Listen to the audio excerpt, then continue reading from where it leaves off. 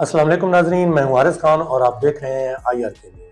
नाजरीन, आज हम बात करेंगे एक तो ख्वाजा आसिफ के ट्वीट्स के हवाले से जो उन्होंने करप्शन के हवाले से की थी, ब्यूरोक्रेसी की करप्शन के हवाले से, कि वो हर रोज़ एक नया रुख इख्तियार कर लेती हैं, उससे कोई एक नया बयानिया बनाने की कोशिश की जा रही होती है। उसके ऊपर हम बात करेंगे और साथ में हम बात करेंगे खैबर पख्तूनख्वा में तहरीक इंसाफ की हुकूमत गिराने के हवाले से मुस्लिम लीग नून के सीनियर रहनुमा अमीर मकाम और वफाकी वज़ीर भी हैं, उनके ऊपर उनके बयान के ऊपर बात करेंगे और साथ में गवर्नर खैबर पख्तूनख्वा जनाब फैसल करीम कुंडी के बयान के हवाले से भी, उन्होंने भी इस हवाले से एक बयान दिया है, उसके ऊपर बात करेंगे। और साथ में हम इमरान खान के केसेस के हवाले से बात करेंगे कि उनकी समाअत मुकर्रर हो गई है सुप्रीम कोर्ट के अंदर 12 अगस्त को, उसके हवाले से बात करेंगे। लेकिन सबसे पहले बात करते हैं ख्वाजा आसिफ के ट्वीट्स के हवाले से कि वो जो उन्होंने करप्शन के ऊपर जो ट्वीट्स दी थी, वो आज क्या उन्होंने नया रुख इख्तियार किया है, आज क्या नया बयानिया बनाने की कोशिश की जा रही है। नाजरीन, आज सीनियर सहाफ़ी हैं, बड़े मतलब मशहूर सहाफ़ी हैं अंसार अब्बासी साहब, उन्होंने एक रिपोर्ट लिखी है जंग अखबार के अंदर। उस रिपोर्ट के अंदर उन्होंने कुछ इंकशाफात किए हैं कि जो इस वक्त मुस्लिम लीग नून के अंदर जो चल रहा है उस हवाले से उन्होंने बात की है। उन्होंने अपनी रिपोर्ट में दावा किया है कि वज़ीर आला पंजाब मरियम नवाज ब्यूरोक्रेसी में सियासी मुदाखलत बर्दाश्त करने को तैयार नहीं, चाहे दबाव पार्टी के अंदर से ही क्यों ना आए। रिपोर्ट के मुताबिक हाल ही में सियालकोट के एडिशनल डिप्टी सेक्रेटरी को उनके ओहदे से हटाकर गिरफ्तार किया गया। ये फैसला वज़ीर आला ने उस वक्त किया जब उनके सामने अफसर के खिलाफ सबूत पेश किए गए और ये सब कुछ इंतहाई खुफिया रखा गया ताकि किसी किस्म की सियासी मुदाखलत ना हो। ताहम इस फैसले से वज़ीर दिफा ख्वाजा आसिफ खासे नाराज नजर आए। ये रिपोर्ट के अंदर ये चीज़ लिखी गई है। उनका मौक़िफ़ है कि वज़ीर आला ने बाज़ाब्ता इंक्वायरी के बगैर कार्रवाई कर दी और अगर शिकायत की तस्दीक पहले कर ली जाती तो बेहतर होता। ये मतलब इंसार अब्बासी के मुताबिक ख्वाजा आसिफ का ये मौक़िफ़ है।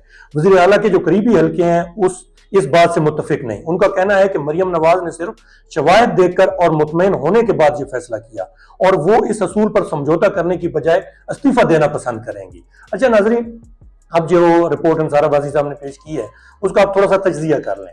पहली बात जो इसके अंदर नजर आती है कि मरियम नवाज को काफी कमजोर बना के पेश किया गया है, एक कमजोर वज़ीर आला के तौर पे पेश किया गया है। अगर उन्होंने एक मतलब फैसला किया है, एक ब्यूरोक्रेट है, ADCR लेवल का, मतलब डिप्टी कमिश्नर भी नहीं है, उससे भी कम है, अगर उसका प्रेशर उनके ऊपर आता है, मतलब अगर उनको हटाने के हवाले से, उनको गिरफ्तार करने के हवाले से उनके ऊपर प्रेशर आता है तो वो इस्तीफा दे देंगी। मतलब ये कोई इतनी बड़ी बात तो नहीं है कि आप एक ADCR को कर रहे हैं, प्रेशर है और आप इस्तीफा दे दें।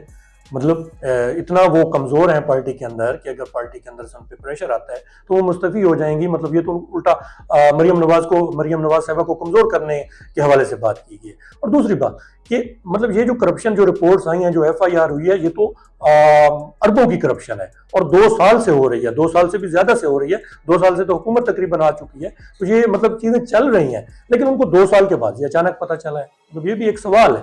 तो मतलब ये पहले उनको क्यों पता नहीं चल सका, अब अचानक पता चल गया। तो अंसार अब्बासी साहब की रिपोर्ट के अंदर ये 2 चीज़ें थोड़ी सी हैरान कुन हैं या उनसे कुछ और मतलब निकल रहा है, जो मतलब वो रिपोर्ट दे रहे हैं उसका मतलब कुछ और जा रहा है।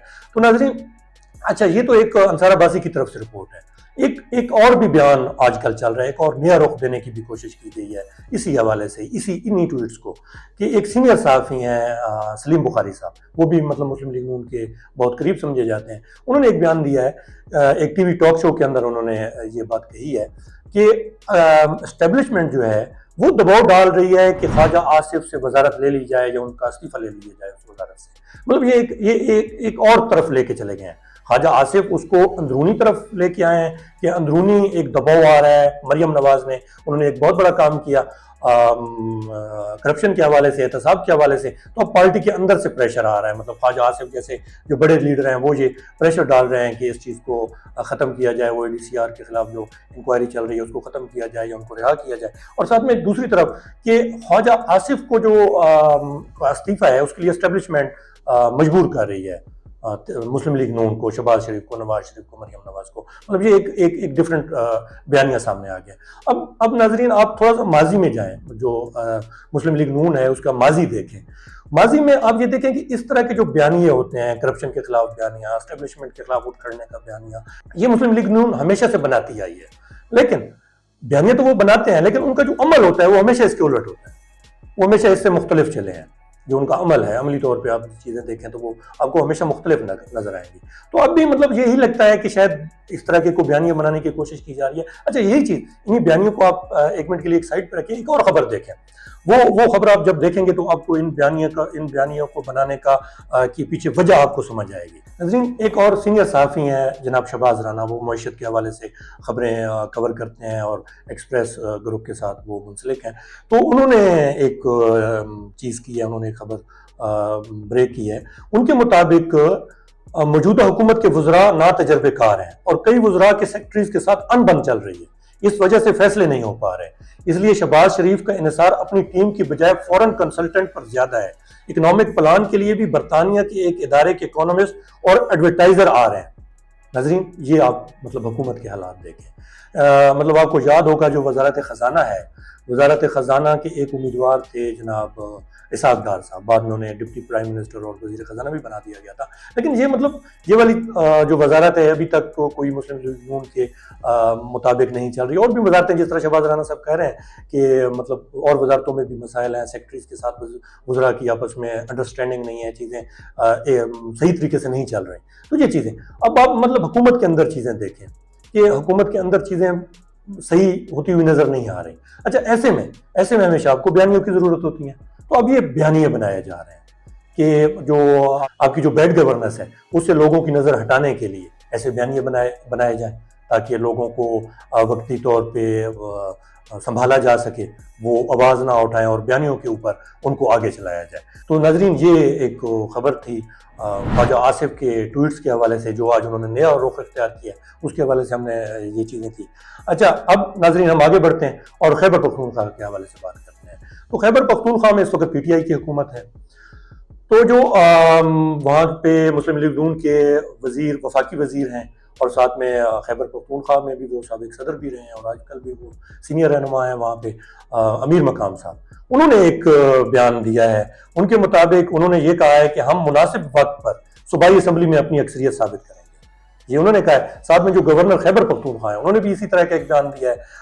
ان کا کہنا تھا کہ اگر ایوان میں انہیں ایک رکن کی بھی اکثریت حاصل ہوگی تو پی ٹی آئی صوبائی حکومت گر جائے گی. ٹھیک ہے، جیسے ہی ہماری مطلب اکثریت ہوگی تو وہ اس کو ہٹا دیں گے. اچھا ناظرین، اس کا آپ تھوڑا سا انالیسس کریں. اس وقت جو صوبائی اسمبلی کی اس وقت جو حالت ہے، جو اس وقت جو وہاں پہ اراکین اسمبلی کی جو سچویشن ہے وہ یہ ہے کہ اس وقت تحریک انصاف کے جو آزاد اراکین ہیں ان کی جو تعداد ہے وہ ہے 93. ٹھیک ہے، اور جو اپوزیشن ہے وہ ہے 52. تو اس طرح تو یہ مطلب حالات تو ایسے نہیں لگ رہا ہے کہ حکومت کوئی فوری حکومت یا اگلے 6 مہینے سال میں حکومت گرائی جا سکے. اس طرح کی کوئی سچویشن نہیں بن رہی. تو یہ جو وزراء ہیں اور گورنر ہیں یہ ایسے بیانات کیوں دے رہے ہیں؟ تو ناظرین، آپ کو ایک چیز جو آج کل پاکستان میں جس طرح چیزیں چل رہی ہیں، ایک تو جو صوبائی اسمبلی کی ویب سائٹ ہے اس کے اوپر جو اراکین ہیں وہ 93 آزاد اراکین لکھے ہوئے ہیں، مطلب تحریک انصاف کے سارے اراکین کو اس کے اندر ڈالا گیا ہے. تو اگر ان اراکین کو دوسری پارٹی کے ساتھ ملا لیا جاتا ہے کیونکہ وہ اراکین آزاد ہیں تو ان کے اوپر کوئی اس طرح کی وہ نائل نہیں ہو سکیں گے. ٹھیک ہے. دوسری ایک طریقہ یہ ہے کہ آپ کچھ اراکین کو نائل قرار دے دیں، پھر وہاں پہ انتخابات کرائیں اور انتخابات کے بعد ان کو جو اپوزیشن کے اراکین ہیں ان کو جتوائیں تو پھر وہ آپ کی حکومت تبدیل ہو جاتی ہے. اس کے لیے انہیں کم از کم 21 اراکین توڑنے پڑیں گے وہاں سے، یا ان کو نائل کرانا پڑے گا. جو تحریک انصاف کے ساتھ آزاد اراکین ہیں 21، کم از کم 21 ان کو کرنے پڑیں گے، تو تب جا کے وہاں پہ حکومت بن سکتی ہے. مطلب بظاہر تو یہ ناممکن لگتا ہے، لیکن آج کل پاکستان میں کچھ بھی ناممکن نہیں ہے. حضور ایسی چیزیں تو بالکل ہی ناممکن نہیں ہیں اور وہ ممکن ہو جاتی ہیں. تو دیکھتے ہیں آگے کیا ہوتا ہے. تو ناظرین، اب ہمارے پاس ایک اور خبر بھی موجود ہے کہ سپریم کورٹ نے پاکستان تحریک انصاف کے جو بانی چیئرمین ہیں اور سابق وزیر اعظم ہیں عمران خان، ان کے جو 9 مئی کے حوالے سے کیسز تھے ان کو سماعت کے لیے مقرر کر دیا ہے. اب ان کی 12 اگست کو سماعت ہوگی. تو یہ کاز لسٹ جاری ہو گئی ہے اور باضابطہ طور پہ جو قانونی ٹیم ہے عمران خان کی ان کو نوٹسز جاری کر دیے گئے ہیں.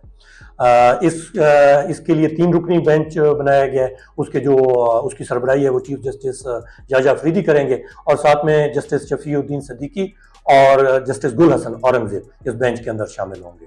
تو یہ بینچ مطلب 3 رکنی بینچ 12 اگست کو عمران خان کے حوالے سے جو کیسز ہیں 9 مئی کے ان کی سماعت کرے گا. تو آج جو ڈیلا جیل میں سماعت ہونی تھی وہ مؤخر کر دی گئی ہے 15 اگست تک. تو آج وہ جج صاحب نے اس کی سماعت نہیں کی، اب اس کو 15 اگست کو سماعت کیا جائے گا۔ ناظرین، یہ تھی آج کی خبریں، اس کے ساتھ ہی آپ ہمیں اجازت دیجیے۔ اللہ حافظ۔